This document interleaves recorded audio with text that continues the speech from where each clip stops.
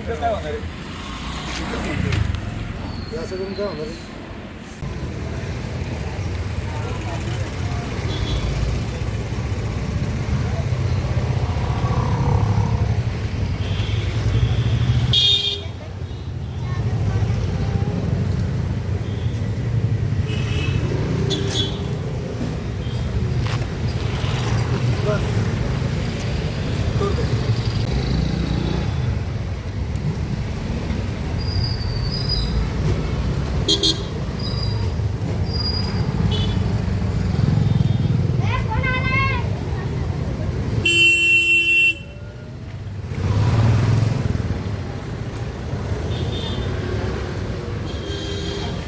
कागद घ्या. पुणे मनपासाठी उद्या मतदान होत आहे. खरं तर सगळीकडून प्रशासन या मतदानासाठी तयारी पूर्ण केलेली आहे, परंतु पुण्यातील प्रभाग क्रमांक 21 मधून एक धक्कादायक घटना समोर येत आहे. काँग्रेसचे उमेदवार या ज्या आहेत त्यांच्या कार्यालयाच्या समोर अशा पद्धतीनं जादूटोणा करण्याचा प्रयत्न करण्यात आलेला आहे.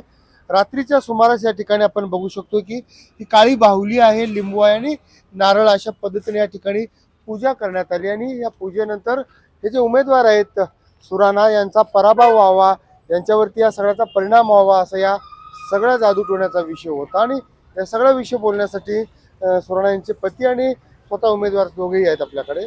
सुराणाजी, हे काय झालं नेमकं, किती वाजता असा प्रकार झाला? हे काँग्रेस पक्षाच्या कार्यकर्त्याचं काम इथे एवढं जोरात आहे प्रभाग क्रमांक 21 मध्ये की समोरचे उमेदवार घाबरलेत. आज इथे मी सकाळी मला माझे ताईचं फोन आलं की साहेब आपल्या कचेरीच्या बाहेर काहीतरी जादूटोणा करण्यात आला. मी जेव्हा येऊन बघितलं, मी पण थोडंसं बघितलं हे काय धक्कादायक घटना घडली आहे. आमचं इथे काम बघून नागरिकांनी आम्हाला डोक्यावर घेतलेलं आहे. काँग्रेस पक्षाच्या 4 उमेदवारांना डोक्यावर घेतलेले आहे. ठीक आहे, पण ही जी काळी जादू टोणा झालेली आहे, तुम्ही उमेदवार आहात, अशा सगळ्या गोष्टीला तुम्ही मानता का? मी नाही मानत. काही असू द्या, देव प्रत्येक परमेश्वराने सगळी शक्ती दिलेली, स्त्रीमध्ये सगळी शक्ती आहे. मी ह्या जादू टोण्याला घाबरत नाही. एवढी मोठी लढाई लढत असताना छोट्या गोष्टीला मी घाबरत नाही. कोणी केलं हा सगळा प्रकार? कोणी केला? ज्यांनी केलंय त्याची हे सगळं आपल्याला कळल कोणी केलंय. करू द्या, आपण आपलं कृत्य करत राहायचं बस. मॅडम, हा सगळा प्रकार जो आहे तो कशासाठी केला म्हणावा लागेल? नाही, आता महत्वाचं आहे की आता इलेक्शन आहे, हे दिसतच आहे की इलेक्शनच्या समोर जर असं घडतोय. आम्ही साहेब या प्रभागामध्ये 15 वर्ष झाले दिवस रात्र काम करतोय.